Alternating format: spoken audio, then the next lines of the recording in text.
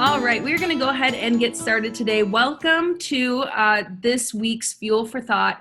Really excited to tackle a question today that I get from athletes all the time, which is what are the best foods for athletes to eat? So today we are going to talk about my top 10, but there are going to be a couple bonuses in there because, to be honest, I had a hard time just narrowing it to 10. So I'll talk about a few honorable mentions today as well. But I'm really excited to talk to you a little bit about the science behind why these foods are so beneficial for athletes. And then also give you some practical tips for how you can integrate these foods into your meals and your snacks. So let's go ahead and get started. If you have any questions as we go through, just make sure you can put those in the chat. We can have a conversation after the material, or if something looks interesting, I might answer it as we go along. But definitely this is interactive, so make sure that you get what you need to out of today's talk.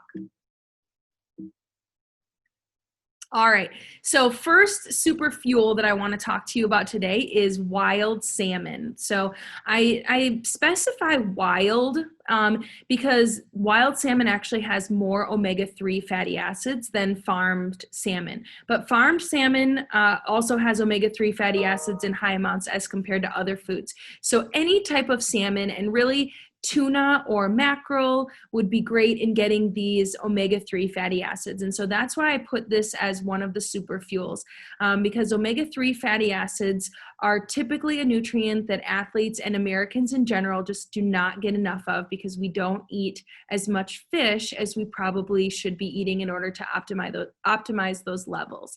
So omega-3s are really critically important for brain health.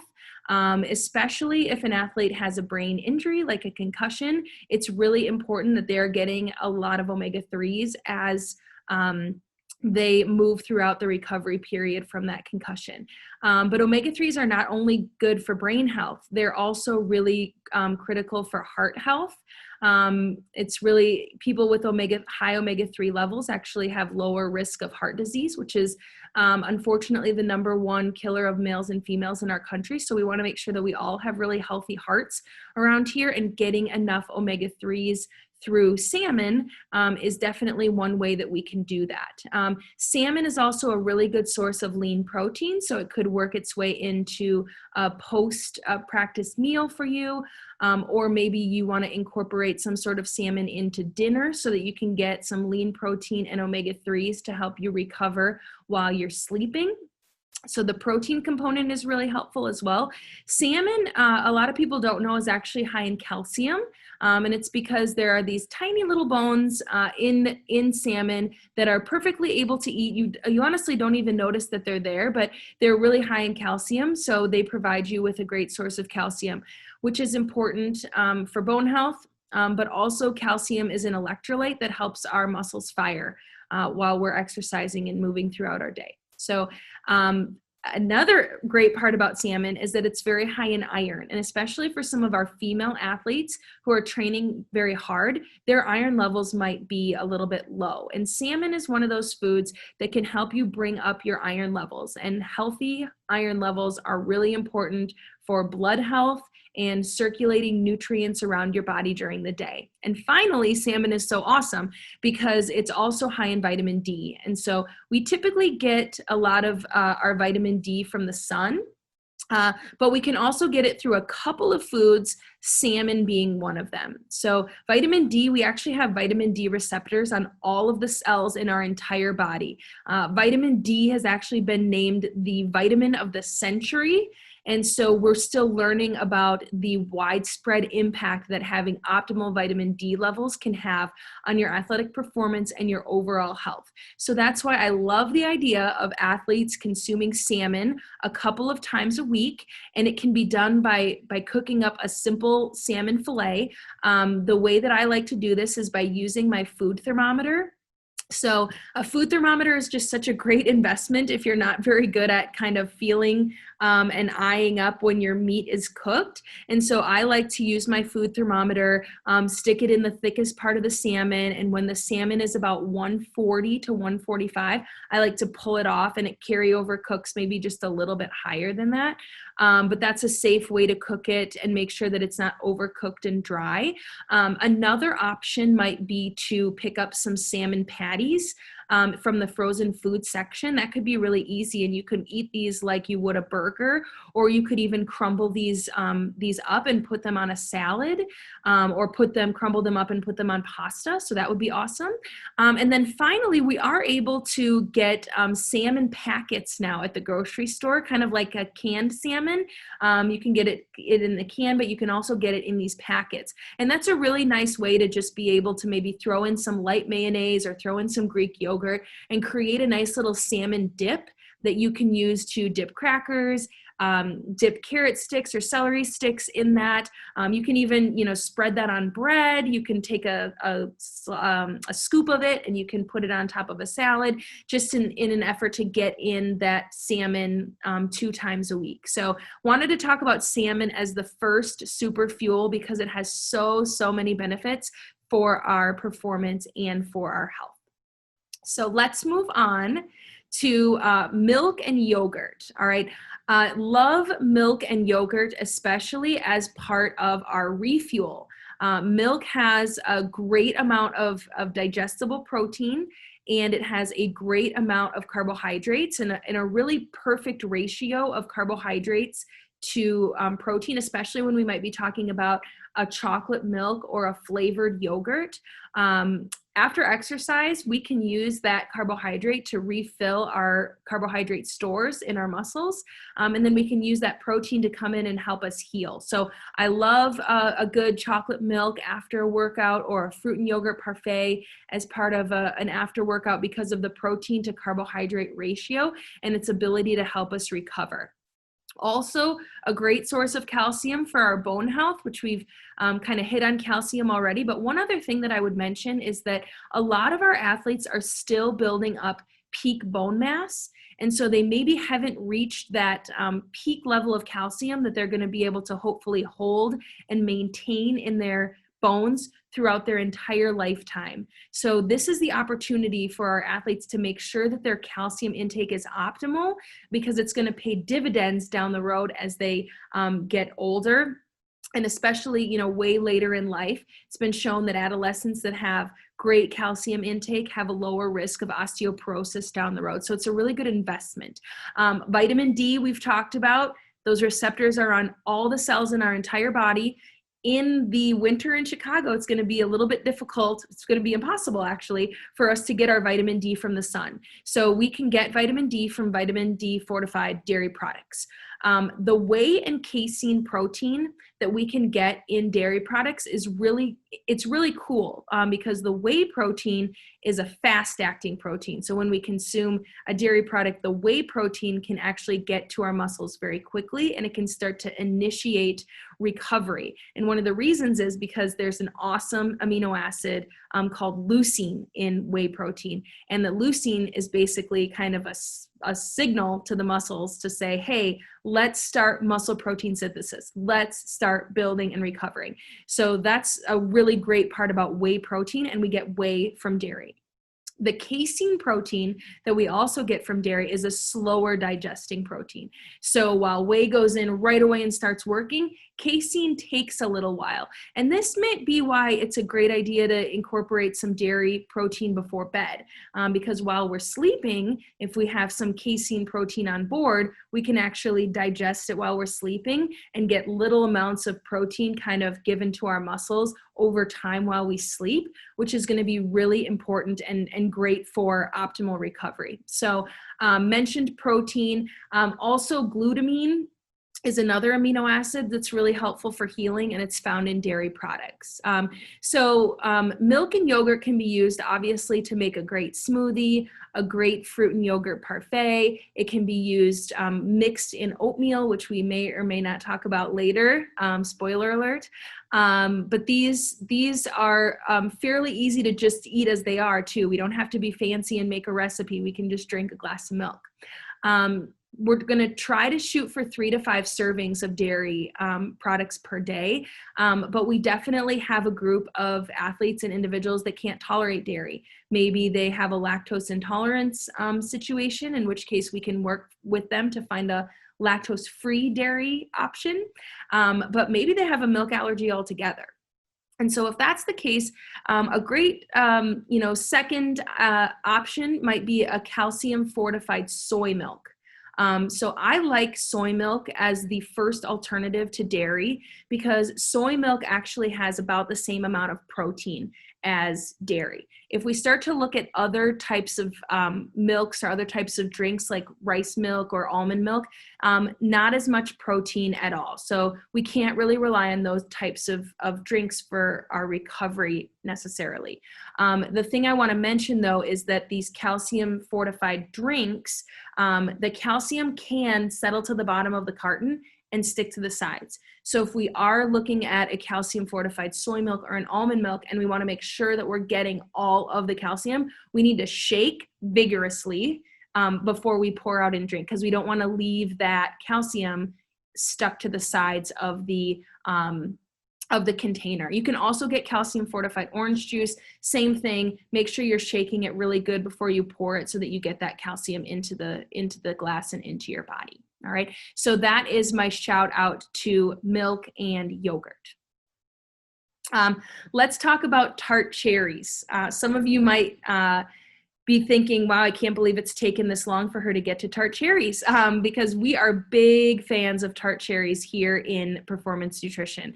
Tart cherries have a lot of research around their antioxidants and phytochemicals as a way to kind of decrease muscle soreness. So there have been a couple of studies on distance runners where they have consumed a serving of cherry juice up to their long distance running event, and then after their event, and a separate group has had a placebo drink that hasn't had the tart cherry components in it.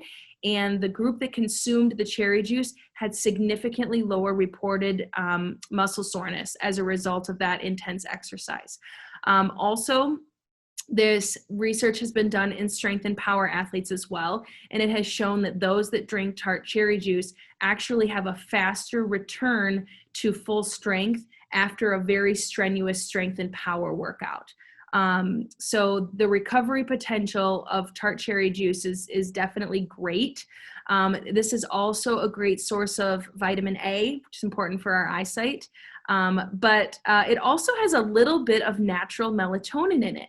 Not enough melatonin for you to drink a serving of it and then immediately fall over to sleep on your desk, but a little bit that might help you out if you're thinking about consuming tart cherry juice before you go to bed. So I think that the most beneficial times to consume tart cherry juice or tart cherries in the dried or frozen or fresh form would be after your exercise, when your muscles are kind of the most broken down, when you have the most inflammation. The other time when I think is the most beneficial to consume tart cherries is before bed, because you can take advantage of that recovery potential, but you can also take advantage of that little bit of melatonin that might help you get a great night's sleep. So I would recommend having a tart cherry. If you're a high level athlete like the ones I'm talking to right now, I would recommend having tart cherries almost every single day of the week. So you can obviously get those here from Performance Nutrition in the juice form, but you can get them frozen from the grocery store. At certain points of the year, you can get them fresh, but you can also get them dried as well. And so these dried cherries could make their way into a trail mix for you. You could be putting these into your fruit and granola. You could be putting these into your oatmeal. They're a really great addition to our everyday nutrition plan. So let's go on and talk about beets. I love beets even more now that I know how great they are for our body.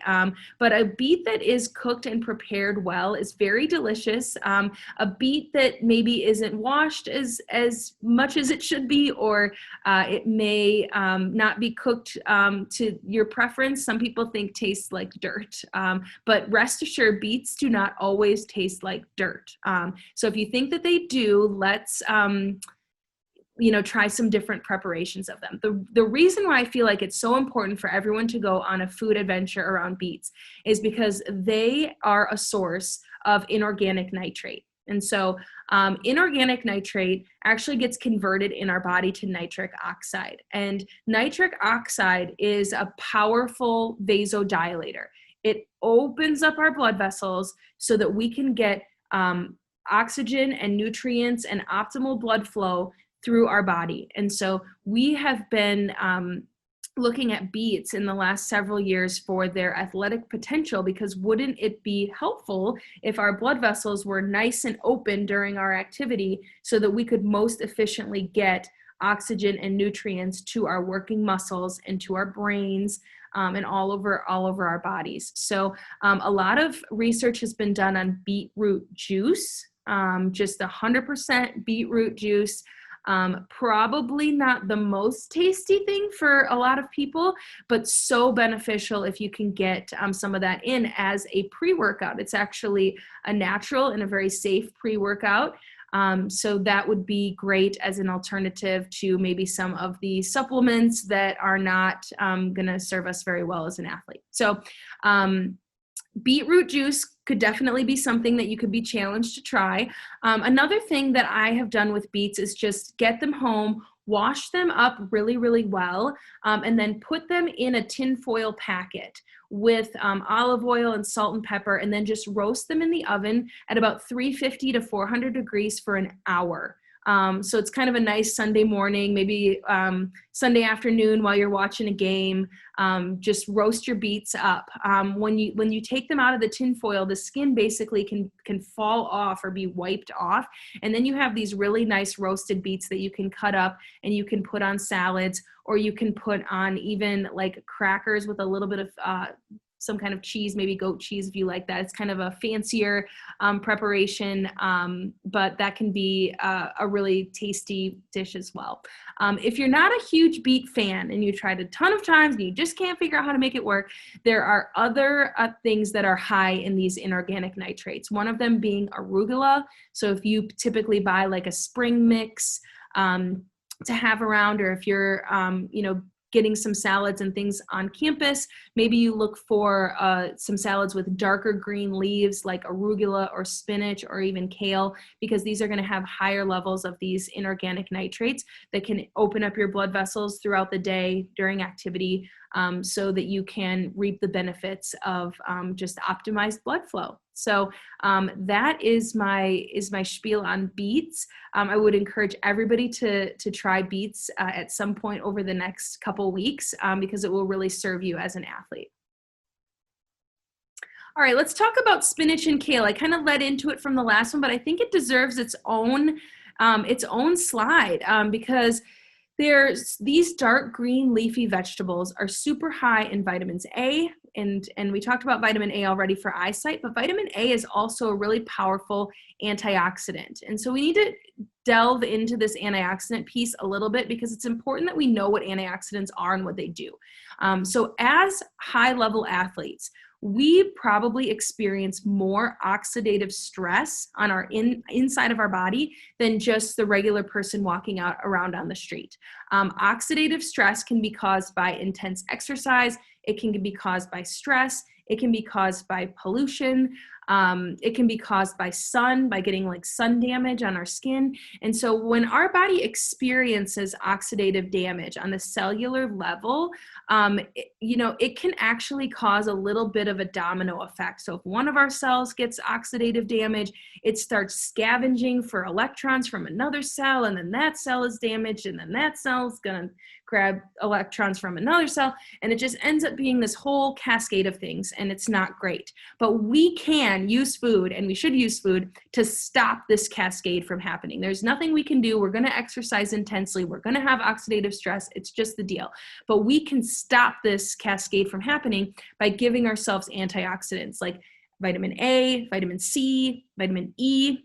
These are all antioxidants found in spinach and kale, and these will come in and really interrupt this cascade of damage in our cells and say, here, have some electrons from our spinach and kale. Please stop the domino effect of damage. So really important that we are getting dark green leafy vegetables into our day.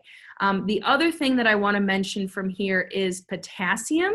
Potassium is something that a lot of people don't get enough of because maybe they don't have quite enough fruits and vegetables in their diets. So potassium is really important for muscle firing and for muscle contraction. And as athletes, we want to make sure that we are contracting and firing our muscles optimally so that we can perform at our highest level. So I'm going to leave magnesium to talk about in a little bit with another food. So I'll leave that for a second. But I really encourage you all to get 2 cups of dark leafy greens most days a week. So you can mix this up. It can come from spinach. It can come from kale. It can come from arugula. You can eat it fresh. You can saute these greens up with some olive oil and mix them into your pasta or your rice. You can even blend these things up and put them into your smoothies. If you're not a big fan and you just want to get it in and drink it down, a smoothie is a great way to just pack 2 cups of spinach in, mix it with some other things like berries, maybe mix in some of the milk that we talked about in order to make the smoothie. You can get a lot of these super fuels into one smoothie. So something to kind of to think about there. As a great alternative to dark leafy green vegetables, I would give a shout out to the sweet potato. The sweet potato is going to be also very high in antioxidants, particularly vitamin A. It's going to have some of this great fiber in it as well. And so that's a great option. And then another great option for getting some antioxidants and vitamin A would be the cantaloupe. So we often serve this up in Nona Joe's quite a bit, and it's a great way to get some extra antioxidants in. So let's go on to talk about nuts and seeds. And I had a hard time, narrowing down the best nut or the best seed. I definitely want to give a shout out to the pistachio. I want to give a shout out to the almond. I definitely want to give a shout out to the walnut.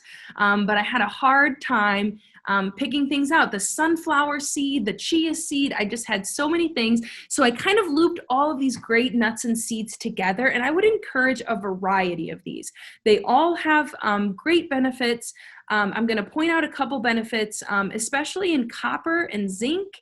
Copper is actually a really important nutrient for tendon and ligament health. So if you have a history of tendinitis or, you're going through a ligament injury right now, incorporating a handful of nuts and seeds every day is going to get your copper levels up so that you can help heal that tendon or ligament. Zinc, I want to mention zinc right now because it is an important part of our immune system and our immune health, and coming back to campus and being under that kind of stress and the fact that we're in a global pandemic, it's always a good time to support our immune system, and we can do that with zinc through a handful of nuts and seeds a day. Vitamin E is really important for skin health and hair and nails, also a powerful antioxidant, and we just discussed those. So getting vitamin E from a handful of nuts and seeds would be a great move, especially if you want to make sure that your hair and your skin stay nice and healthy. And here's magnesium, which I said I would get to. Magnesium is basically a cofactor for hundreds of enzymes in our body that help us get our food in and convert that food to energy. It's just a critical piece. If you've taken some biochemistry courses, you're going to see magnesium a lot because it's just really important in optimally turning our food into fuel that we can use. Sometimes Americans don't get enough magnesium because maybe they're not getting all the fruits and vegetables that they need to get in the day, or not getting those dark leafy greens, or maybe not getting our healthy nuts and seeds. But magnesium is really going to be critical for our health and our performance. And it's not that hard to get if we're intentional about our nutrition. So we've already discussed iron, and these can be a source of a little bit of iron as well. So I would encourage a handful of nuts and seeds of a wide variety every single day. And then I want to give some shout outs to a few other things. Avocado could have easily been its own feature food, and it probably will be in the future, full of healthy fats. And especially if you're pairing the avocado with some beans, then you're getting many of the benefits that I just discussed from these nuts and seeds. So maybe you like to do burrito bowls and you want to make sure that you include black beans in those burrito bowls and avocado, and then you would reap a lot of benefits around the healthy fats, the vitamin E, the magnesium, and so on. So the other thing that you can substitute to get a lot of these benefits as well would be your leafy greens with a healthy olive oil on top. So you could make your own salad dressing perhaps of olive oil and a simple vinegar, maybe apple cider vinegar or red wine vinegar. And then you would be able to use that as a salad dressing, or you could saute those greens up and incorporate them into your eggs in the morning. That would be kind of great. Or incorporate them into an egg sandwich.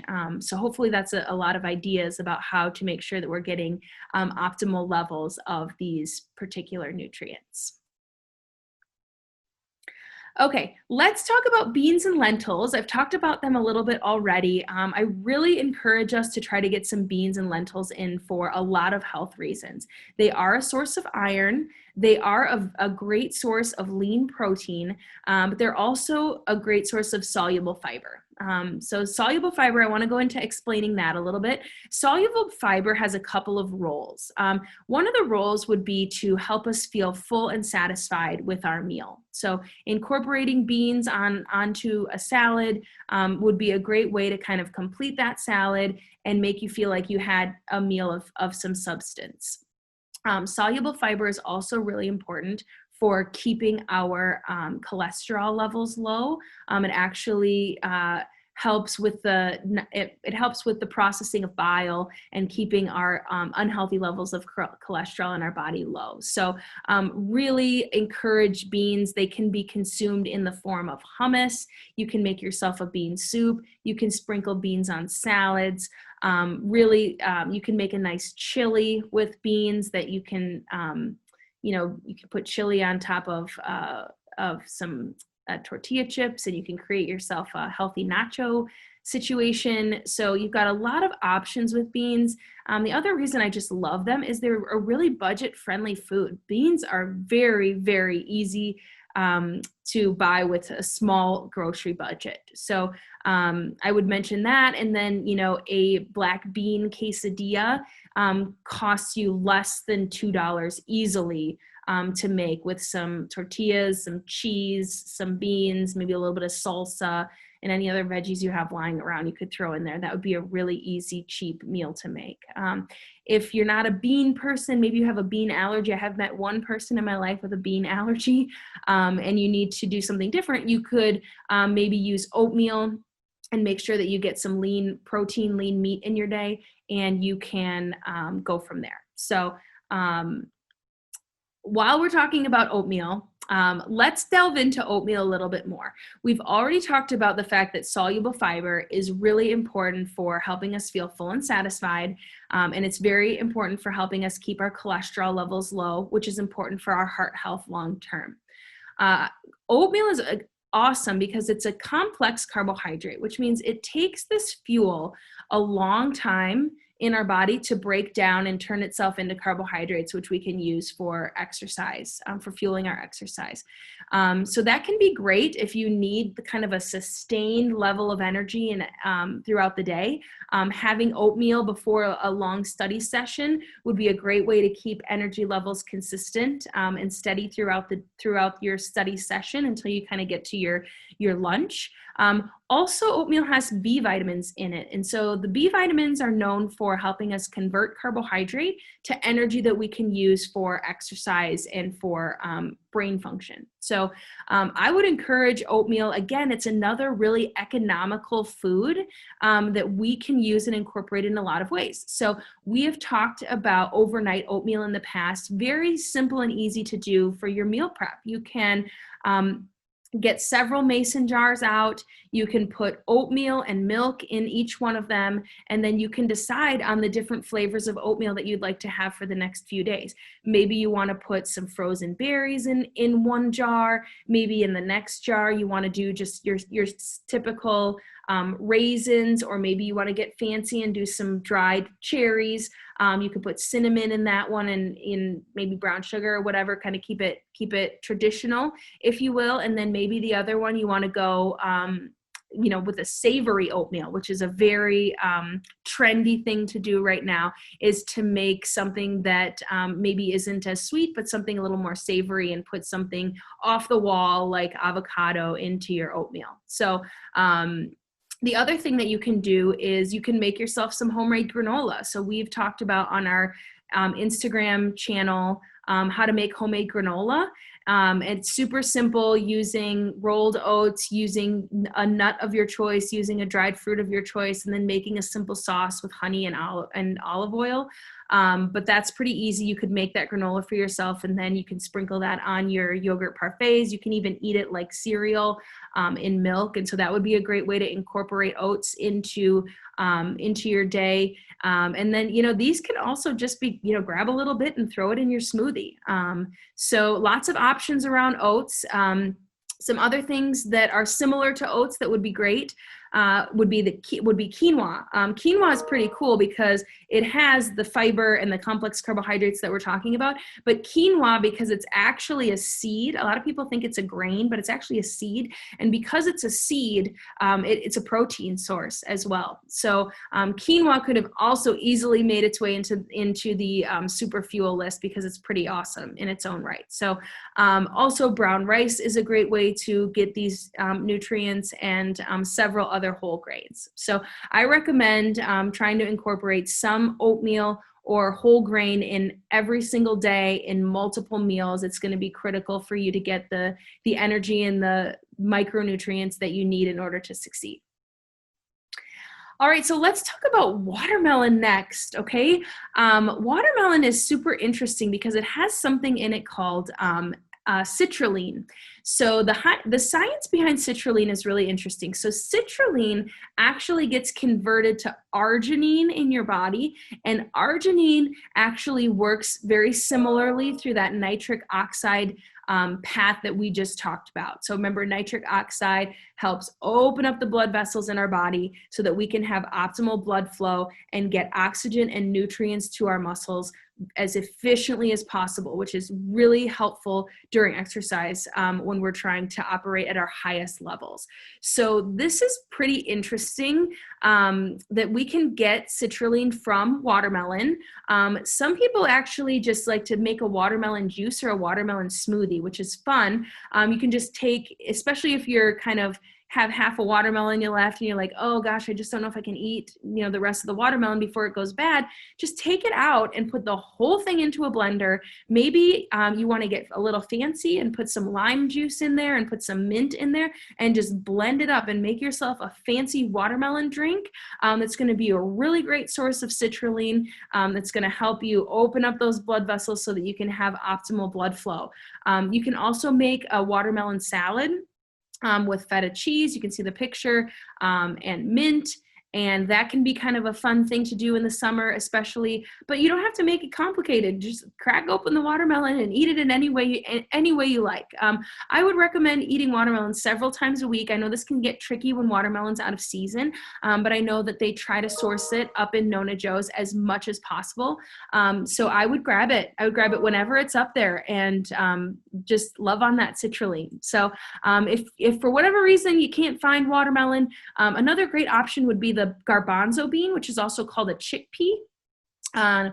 So those can be great. You can just take those chickpeas out of a can. You can rinse them off. You can throw them onto your salads. Chickpeas can also be roasted. So you can put them in the oven, and you can roast them with some olive oil and salt and kind of eat them as like a fun salty snack. But that would be a high protein snack that would be additionally pretty great. So that's my my comments on watermelon, and then my shout out to garbanzo beans.